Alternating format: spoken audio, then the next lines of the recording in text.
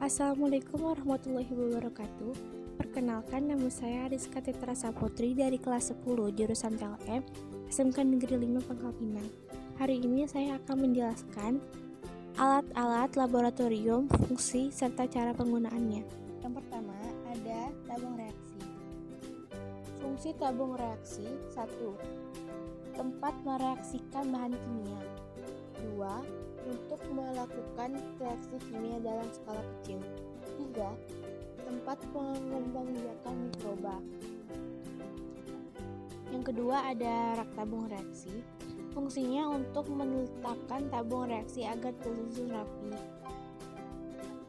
3. Ada penjepit tabung reaksi. Fungsinya untuk menjepit tabung selama proses pemanasan. Yang keempat ada gelas kimia.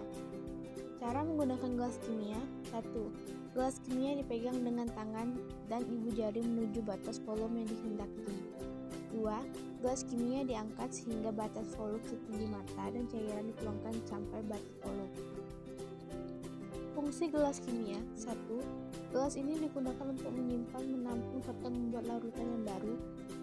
2. Gelas ini juga dijadikan sebagai tempat untuk memanaskan cairan, pencampur cairan, mereaksikan suatu zat, serta digunakan untuk membawa sampel cair maupun padat. 3.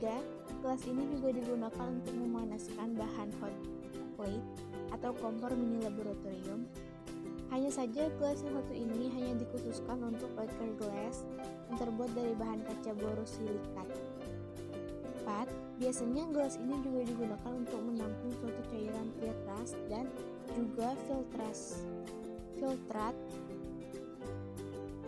juga filtrat dengan menggunakan hasil penyaringan.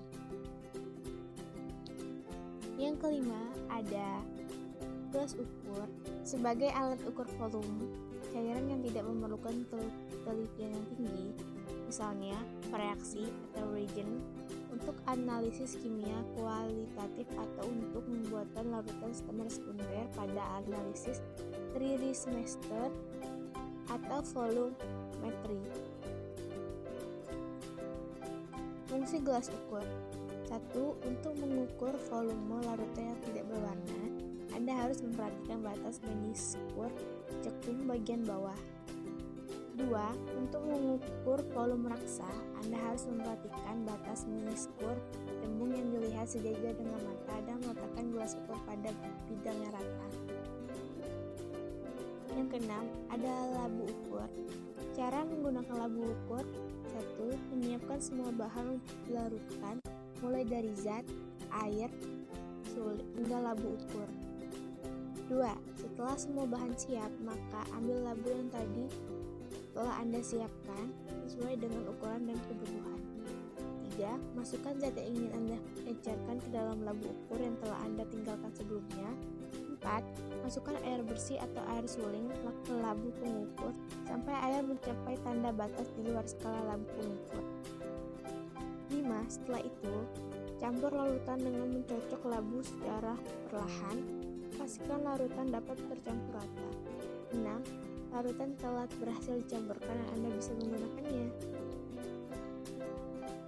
Fungsi labu ukur: 1. Pengenceran larutan. 2. Pembuatan larutan. Selanjutnya ada botol semprot. Cara menggunakannya: tekan botol maka Aquades akan keluar. Fungsi botol semprot adalah biasanya digunakan untuk menyimpan Aquades dan digunakan untuk mencuci maupun membilas bahan-bahan yang tidak larut dalam air. Selanjutnya ada corong. Fungsi corong adalah: 1. Sebagai alat bantu untuk memindahkan atau memasukkan larutan ke wadah atau tempat yang mempunyai dimensi pemasukan sampel bahan kecil. 2. Sebagai alat bantu dalam melakukan penyaringan, yaitu tempat meletakkan kertas saring. Selanjutnya ada corong pisah. Cara menggunakan corong pisah adalah dapat dilakukan dengan cara campuran dan dua fase pelarutan dimasukkan ke dalam corong dari atas dengan corong keran tertutup. Corong ini kemudian ditutup dan digoyangkan dengan kuat untuk membuat dua fase larutan dicampur. Fungsi corong pisah: untuk membuat atau mengencerkan larutan dengan ketelitian yang tinggi. Selain ini juga untuk memisah dua cairan yang tidak bercampur karena kepolarannya yang berbeda. Corong ini biasa digunakan untuk melakukan pemisah ekstraksi. Selanjutnya ada pipet tetes. Cara menggunakan pipet tetes dengan menekan bagian karet untuk mengeluarkan udaranya terlebih dahulu sebelum Anda memasukkan ke dalam zat cair. Fungsi pipet tetes untuk membantu memindahkan cairan dari wadah satu ke wadah yang lain dalam jumlah yang sangat kecil, yaitu tetes demi tetes. Ini ada spatula. Spatula adalah alat untuk mengambil objek. Spatula yang sering digunakan di laboratorium biologi atau kimia berbentuk sendok kecil, pipi, dan bertangkai. Fungsi spatula. Alat ini dapat digunakan untuk mengaduk dalam pembuatan larutan kecuali larutan asam. Berasal dari batang kaca yang berdiameter 4 mm, dipotong menurut panjang yang sesuai, ujung-ujungnya dibulatkan dengan nyala kuncen. Selanjutnya ada pipet ukur. Cara menggunakan pipet ukur. Pasang atau hubungkan pipet ukur dengan rubber bulb. Pastikan terpasang dengan benar. Cairan disedot dengan pipet ukur dengan bantuan filler sampai dengan volume yang diinginkan. Fungsi pipet ukur: 1. Untuk memindahkan cairan. Yang kedua, untuk mengambil cairan dalam jumlah yang super kecil. Selanjutnya adalah pipet volume. Cara menggunakan pipet volume. Langkah pertama, Anda perlu membilas atau melapisi pipet volume dengan cairan yang akan dipindahkan. Langkah kedua, Anda perlu memasang penyedot atau rubber bulb pada bagian ujung atau atas pipet. Ketiga, tekan rubber bulb, kemudian masukkanlah ujung bawah pipet volume ke dalam cairan yang akan dimasukkan atau akan dipindahkan dengan pipet volume. Yang keempat, setelah cairan masuk ke dalam pipet volume, Anda perlu mencopot bulb. Yang kelima, jika cairan terlalu banyak, maka Anda bisa sedikit membuka jari Anda agar cairan keluar secara sedikit dan perlahan.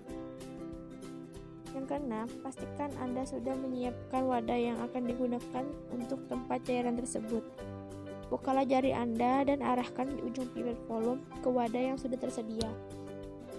Selanjutnya, ada labu destilasi. Cara menggunakan labu destilasi, Anda hanya perlu meletakkan campuran zat cair tersebut dalam alat ini.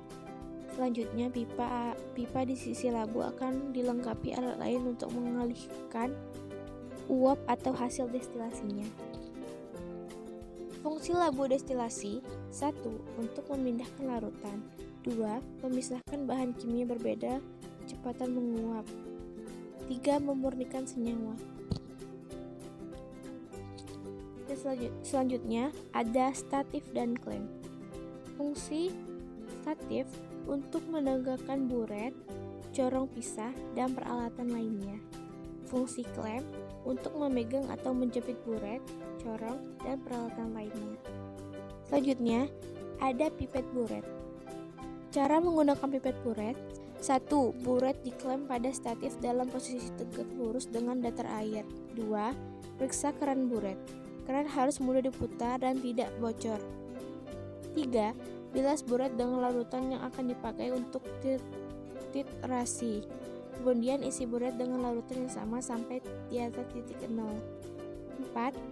Alirkan larutan dengan membuka keran dan usahakan kolom pipa di bawah keran terisi larutan. Atur tinggi cairan sampai menikusnya tepat pada angka 0 atau angka lain pada catatan angka mula-mula ini. 6. Mulailah titrasi. Tangan kiri memegang keran sambil memutarnya dan tangan kanan memegang labu Erlenmeyer yang berisi cairan yang akan dititrasi. Selama titrasi, labu Erlenmeyer digoyang-goyang dengan gerakan berputar agar larutan yang menetes dari buret bercampur. Demikian seterusnya sampai titik akhir dicapai. Fungsi pipet buret: untuk meneteskan sejumlah reagen dalam eksperimen yang memerlukan presisi, terutama digunakan untuk titrasi. Cara membersihkan pipet buret: Buang larutan sisa pakai yang ada di dalam buret, bersihkan dengan larutan pencuci bilas dengan air suling, keringkan dan lepaskan keran buret. Jika larutan mengandung alkali atau basah, maka larutan harus segera dibuang dan buret segera dibersihkan karena sifat basah dapat membuat tutup keran membeku dan sulit untuk dibuka.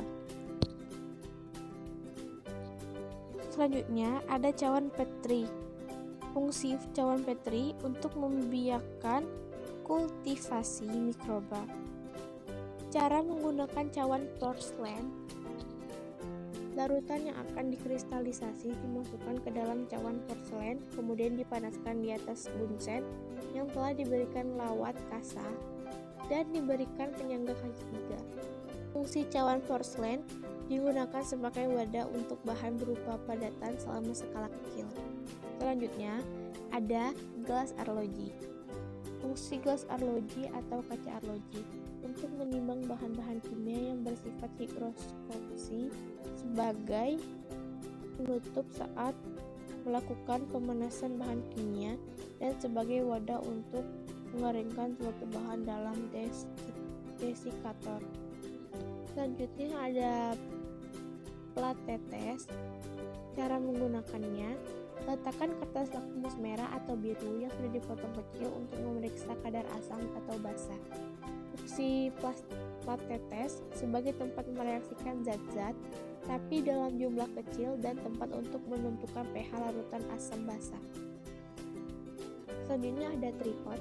Fungsi tripod untuk meletakkan kawat kasa atau untuk penyangga pembakar spiritus.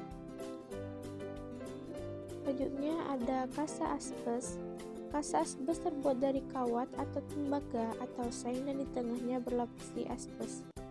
Digunakan sebagai perata panas sekaligus alas wadah yang dipanaskan. Cara menggunakan, kasa asbes ini diletakkan di atas kaki 3 yang di antara kakinya sudah diletakkan botos yang berisi spiritus. Lalu di atas kasa asbes ini diletakkan wadah sebagai tempat larutan kimia. Selanjutnya ada mortar dan alu. Cara menggunakan mortar dan alu, siapkan bahan atau zat yang ingin dihaluskan atau digerus. Fungsi mortar dan alu untuk menghaluskan atau menggerus suatu benda atau zat. Mortar dan alu ini terbuat dari keramik, dan bahan atau zat yang ditumbuk dan dihaluskan tidak akan tertinggal pada mortar seperti halnya bila menggunakan mortar yang terbuat dari batu. Selanjutnya ada Erlenmeyer. Alat ini biasanya digunakan dalam proses titrasi untuk menampung larutan yang akan dititrasi. Dalam mikrobiologi, Erlenmeyer digunakan untuk pembiakan mikroba. Erlenmeyer tidak dapat digunakan untuk mengukur volume. Erlenmeyer berbentuk kerucut dan merupakan alat laboratorium yang banyak digunakan. Fungsi Erlenmeyer adalah 1. Untuk mengukur dan mencampur bahan-bahan analisa. 2. Menampung larutan, bahan padat ataupun cairan. 3. Meracik dan menghomogenkan melarutkan bahan-bahan komposisi media. 4. Tempat kultivasi mikroba dalam kultur cair. 5. Untuk melakukan titrasi bahan. 6. Erlenmeyer dengan tutup asa digunakan untuk titrasi dengan mencocokkan kuat, dihubungkan dengan alat ekstraksi, alat distilasi, dan sebagainya. 7. Erlenmeyer tanpa tutup asa digunakan untuk titrasi dengan pencocokan lemah hingga sedang. Selanjutnya ada kertas saring. Cara menggunakan kertas saring: 1. Lipat kertas saring membentuk kerucut. 2. Robek sedikit sudut lipatan sehingga sekitar setengah diameter. Lipat bagian luar dan bagian dalam kerucut, kemudian kaitkan. 3. Basahi dinding corong dengan aquades agar dapat meletakkan kertas saring.